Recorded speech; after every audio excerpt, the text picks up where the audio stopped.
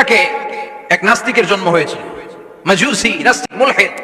সে বলে বেড়াচ্ছিল আমি স্রষ্টায় বিশ্বাস করি না, কারণ স্রষ্টা দেখা যায় না। ইরাকের লোকেরা বলল আমাদের একজন ইমাম আছে, নাম নু'মান ইবনে সাবিত। কি নাম? নু'মান ইবনে সাবিত, যাকে আমরা ইমাম আল আযম আবু হানিফা বলে চিনি। সবাই বলল তুমি যে স্রষ্টারে খুঁজে পাও না, আমাদের ইমাম তোমারে স্রষ্টা দেখায় দিবে। সুবহানাল্লাহ পড়ে। সে বলল ঠিক আছে, তাহলে তোমাদের ইমামরা আসতে বলো। কবে? সামনের জুমাবারে ঠিক ভর দুপুরে, দুপুর 2টার দিকে জুমার নামাজের পরে আমিও আসবো, তোমার ইমামও আসবে, ডিবেট হবে। দেখি আমি স্রষ্টার বিপক্ষে আর তোমাদের ইমাম স্রষ্টার পক্ষে, দেখি কে জিতে যায়। এই ডিবেট দেখার জন্য হাজার হাজার মানুষ এসেছে ইরাকের কুফা নগরীতে। হাজার হাজার মানুষ এসেছে। ওই নাস্তিকও এসেছে যে আল্লাহকে বিশ্বাস করে না, স্রষ্টাকে বিশ্বাস করে। সবাই এসেছে, আসে নাই শুধু ইমাম আবু হানিফা। নাস্তিক কয় তোকে ইমাম ডরাইছে। কি বলে?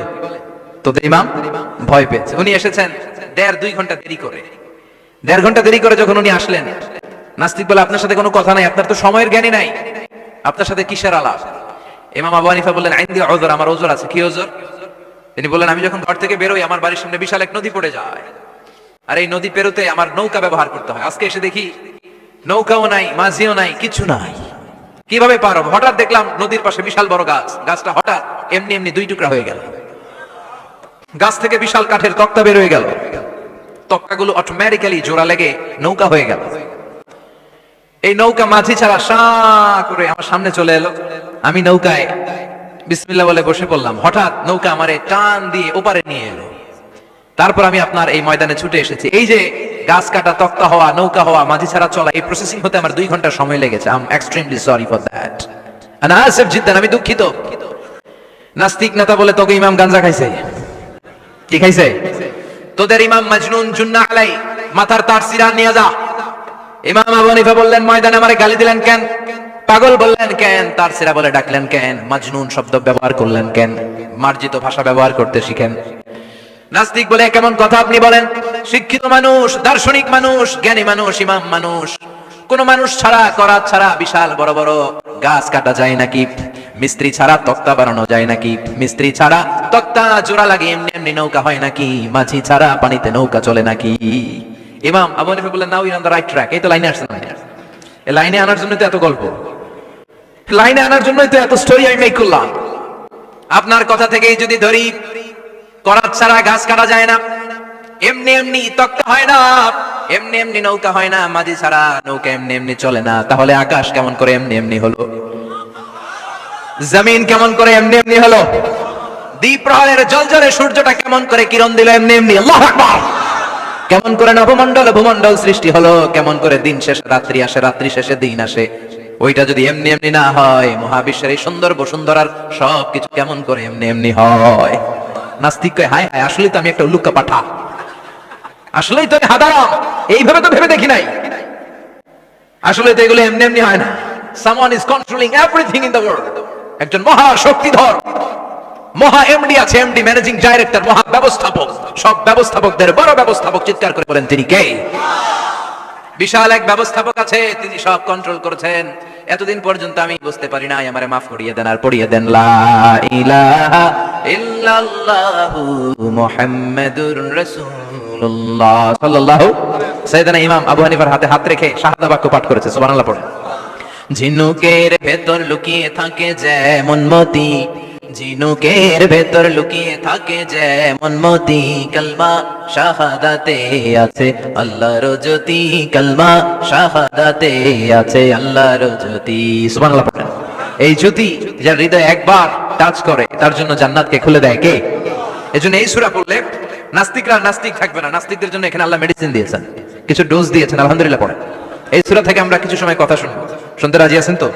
সূরার নাম চিল্লায় বলেন কি নাম? মুলক। মুলক মানে কি? মুলক মানে রাজত্ব, মুলক মানে ক্ষমতা, মুলক মানে পাওয়ার, মুলক মানে কিংডম, মুলক মানে সভরেন্টি। সুবহানাল্লাহ পড়েন। রব্বুল আলামিন বলেন তাবারাকাল্লাযী বিয়াদিহিল মুলকু ওয়া হুয়া আলা কুল্লি শাইইন কাদির। সুবহান সেই সত্তা যার হাতে ক্ষমতা আর তিনি সব বিষয়ে ক্ষমতাশীল। সুবহানাল্লাহ। তাবারাকাল্লাযী বিয়াদিহিল মুলক, মহামহিম সে সত্তা, সুমহান সে সত্তা, বিয়াদিহিল মুলকু যার হাতে ক্ষমতা। ক্ষমতা কার হাতে? চিৎকার করে বলতে হবে কার হাতে? নাকি আমাদের হাতে, না সরকারের হাতে, পুলিশের হাতে, র্যাবের হাতে, মাশরাফির হাতে, হিরো আলমের হাতে, ক্ষমতা কার হাতে? ক্ষমতা শুধুমাত্র একজনের হাতে। চিল্লায় বলেন তিনি কে? আল্লাহর হাতে ক্ষমতা, আর তিনি হচ্ছেন সকল ক্ষমতার উৎস, centre of the all powers. সব ক্ষমতার উৎস কে? নাকি জনগণ? আমরা কিন্তু এটাই শিখি, এদেশে আমাদেরকে রাষ্ট্রীয়ভাবে শেখানো হয়, এটা রাষ্ট্রীয় কুফরি। সকল ক্ষমতার উৎস জনগণ নয়, সকল ক্ষমতার উৎস কে? উনি ক্ষমতার উৎস, তিনি ক্ষমতাশীল, মহা ক্ষমতাধর, তার ক্ষমতার সাথে কারো তুলনা হয় না। আমাদের কি ক্ষমতা আছে? কথা বলেন। বল্লা পোকার কামড় খাইছেন? হ্যাঁ, মৌমাছি কামড়াইছে? মৌমাছি কামড়াইলে চিল্লাচিল্লি শুরু করে, তো কি ক্ষমতা আছে আপনার? বল্লা কামড় মেরা দেয়, ধরে যে মার মইতেও পারি না। কুত্তায় কামড়াইলে আমরা কুত্তায় কামড়াইতেও পারি না। কথা বলেন। আমরা নাকি ক্ষমতার মালিক? পিছন থেকে কেউ যদি বলে হুজুর সাপ, মজা করে বলছি এতই ভাবে, আসলে যদি ফস করে আসতো শব্দ, স্লোগান দেওয়ার বেলায় লিল্লাহে তাকবীর, আল্লাহু আকবার, আমার ভাই তোমার ভাই, কাপায় ফেলামো নামায় ফেলামো। কথা বলেন। আর যদি পেছন থেকে কেউ আওয়াজ করে বলে সাপ, দৌড়। আপনারা কি দৌড় দিবেন? আমরা দিক দিয়ে দৌড় দিব। কথা কন। চাচা আপন প্রাণ জীবন বাঁচানোর জন্য ভয়ে পাগল। সাপ লাগবে না, বাবা ব্যাং চিনেন? মাইথা দিয়ে নাই বোধ আছে, আছে। কি করে? খালি লাফায়। 10টা বাবা ব্যাং যদি ছেড়ে দেওয়া হয়, স্টেজ 2টা আর বাকি 8টা এদিকে, বাবা ব্যাং কি লাভ দিবে? এর চেয়ে লাফালাফি শুরু করবো আমরা। কথা বলেন। আর আমরা দাবি করি আমরা ক্ষমতার উৎস। কোনো ক্ষমতা নাই।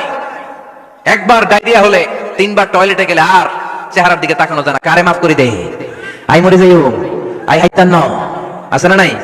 তো পারবেন না কেন? আপনি না ক্ষমতার উৎস? আপনি না ক্ষমতার উৎস? আরে আপনার তো কোনোই ক্ষমতা নাই। খুলিকাল ইনসানু দাঈফা, মানুষকে দুর্বল থেকে দুর্বল করে তৈরি করেছে কে? এজন্য রাব্বুল আলামিন বলেন, তাবারাকাল্লাযী বিয়াদিহিল মুলকু ওয়া হুয়া আলা কুল্লি শাইইন কাদির। সুমহান সেই সত্তা যার হাতে ক্ষমতা। চিল্লায় বলেন ক্ষমতা কার হাতে? আমাদের হাতে কোনো ক্ষমতা নাই। আমরা হলাম দুর্বল। আমরা কি? দুর্বলের ঘরের দুর্বল। আমরা যখন জন্মেছিলাম দুর্বল। আমার ছোট্ট একটা মেয়ে আছে, আমি অবাক হয়ে থাকি যে আমিও তাইলে ছোটবেলায় এরকম ছিলাম। না খাবলে খেতে পারে না, পেশাব পায়খানা করে, ঘর নষ্ট করে, বমি করে, দাঁড়াতে পারে না, শুইতে পারে না, লালা পড়তে থাকে, ক্লিন করতে হয়, সব সময় তাকে